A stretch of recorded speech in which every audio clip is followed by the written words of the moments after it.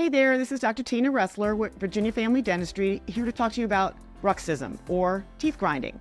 We have a three-prong approach to helping you. One is a night guard or a day guard. So it's a piece of plastic that goes over your teeth and protects your teeth while you're clenching and grinding. The second approach is physical therapy. I'm a firm believer that it doesn't just start with your teeth. It's related to your whole body, your neck, your headaches, your position while you're working on tablets, looking down all day. So we want to correct the positioning of your head and your jaw.